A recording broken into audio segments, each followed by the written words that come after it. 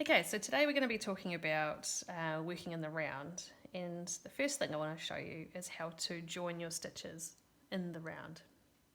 So following a classic beanie cast on, I've put 60 stitches on, and the first problem you'll notice is that they don't extend all the way around your 60 centimetre cable to comfortably join.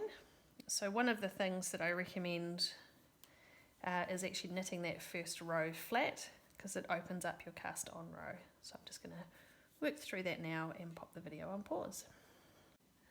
Okay, so having knit now one flat row, you'll see that your stitches, they may not make it all the way around, but they certainly go a lot further towards completing that first circle.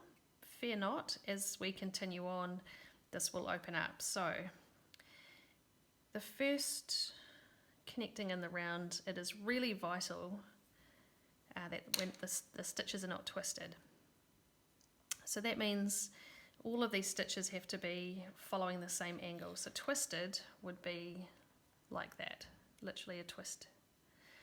So when I'm joining that first time, I run my fingers along, just make sure it's all around the right way. And now we're going to knit into what had been the last stitch. And you can see it doesn't quite meet. So you can just pull a loop of cable out.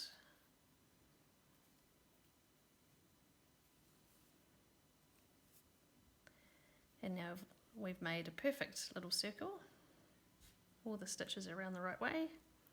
And we're going to join in the round. Now there's a lot of different theories around knitting two stitches together or other little techniques, but personally I just knit. Now, this does create what is known as a jog. Now, especially here at the beginning, you'll notice that there's a gap, and as we get further around that will look like quite a stretched stitch. So I'm just going to pop the video on pause and show you what that looks like. So as we're travelling around that first round, we've got to where that loop was. You'll just need to feed the loop out further around like that so we can keep going. So we're working around, and you'll notice that this gap's really opening up between what had been the first and the last stitch. I can tell you as we knit on, this really won't become a problem, or at least not something that we can't fix later. So here's a beanie that has still got its tail,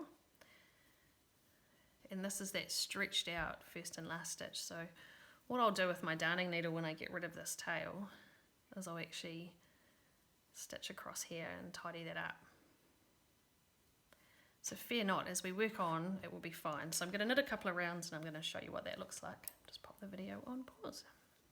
Okay, so a few short rows in, we're now able to stretch our knitting around a 60 centimetre cable. And if you wanted to make that easier, you still have got the option to pull a loop out and bunch your stitches up to help you knit. And you'll also notice that our jog or our gap, is really starting to close in. And like I said, later we can tighten that up by tucking the tail in.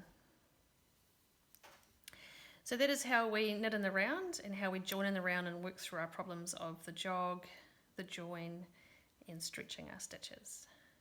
The last thing I wanted to show you with working in the round is placing your round marker. So a round marker tells us essentially when you're at the end of your row. So normally we go back and forth. Because we're going round and round, we use a round marker so when we know we've completed one circuit. So that just sits on your needle between your stitches. And as you work your way back around to it and you get to it, you know that you've finished your round. Okay, so that is working in the round with plain colour. I hope that was helpful.